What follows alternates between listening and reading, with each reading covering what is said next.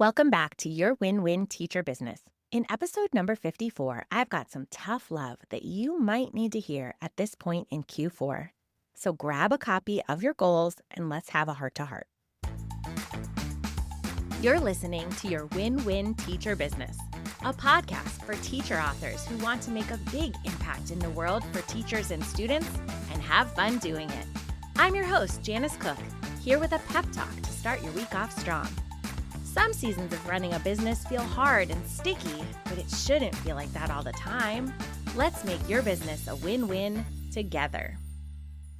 This calendar year is not over yet. Q4 often feels like a runaway train. We can feel the chaos of the holidays right around the corner, and you might feel like throwing in the towel on your goals and just starting fresh in the new year.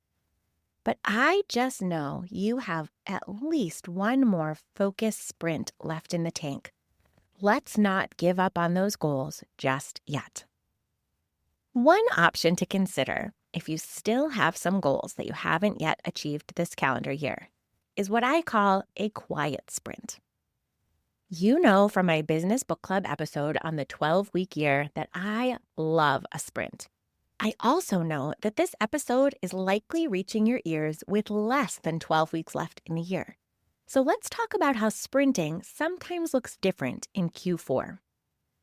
One of the things I personally love about Q4 is that everyone around us is distracted, and you could likely go dark on your marketing channels for a few weeks, put your head down quietly to take a sprint through those tasks left on your list for the year, and not even be noticed.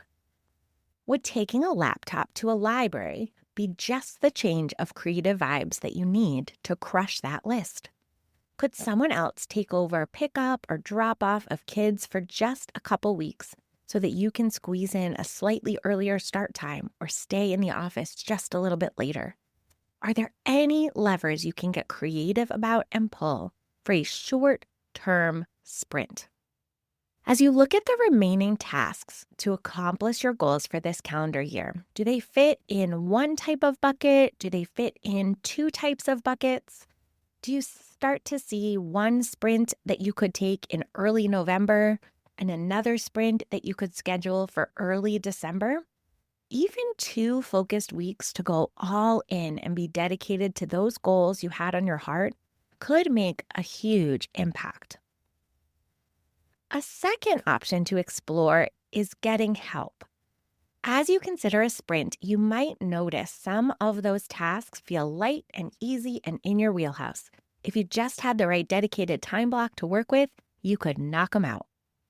But also be on the lookout for feelings of tasks that do not feel light, easy, and in your wheelhouse. Maybe they felt important in January and they no longer feel like the right next step. It is a-okay to change the plan. You know more about your business now than you did in January. Changing the game plan based on data is totally different from not accomplishing your goal and failing. But it takes a clear head to be able to notice the difference and label those scenarios accordingly.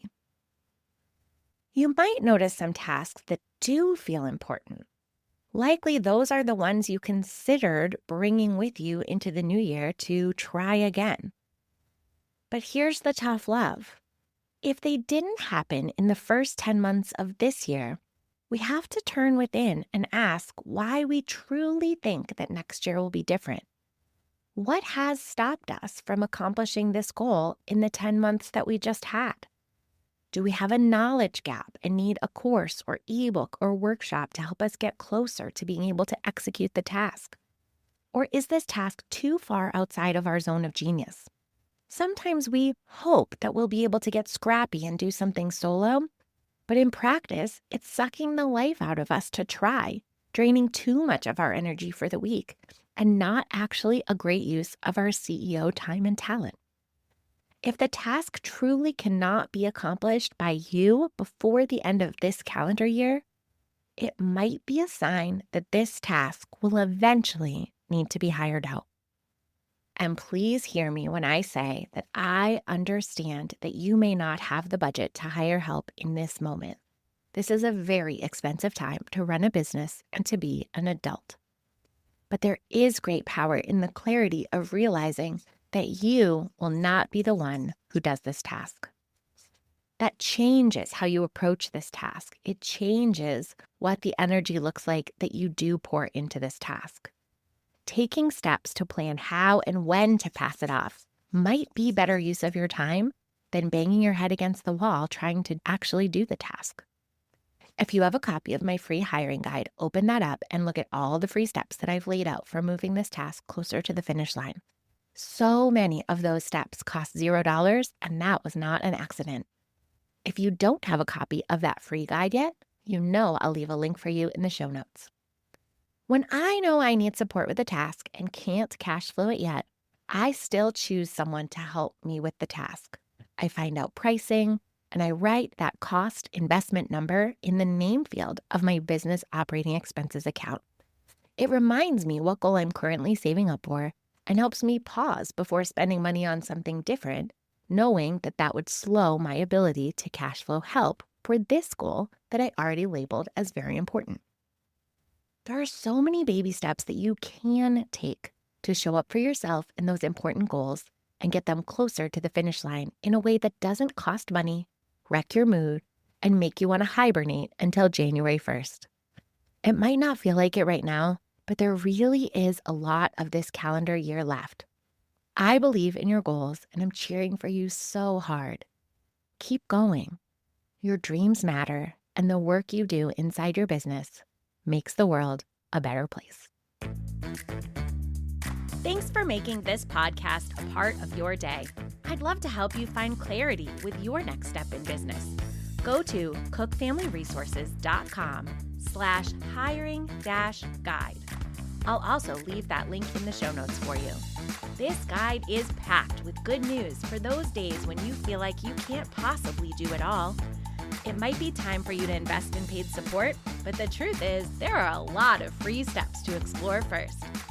After you dive into that guide, I'll be in your inbox every Monday morning with more actionable tips to help you enjoy running your business again. See you in the next episode.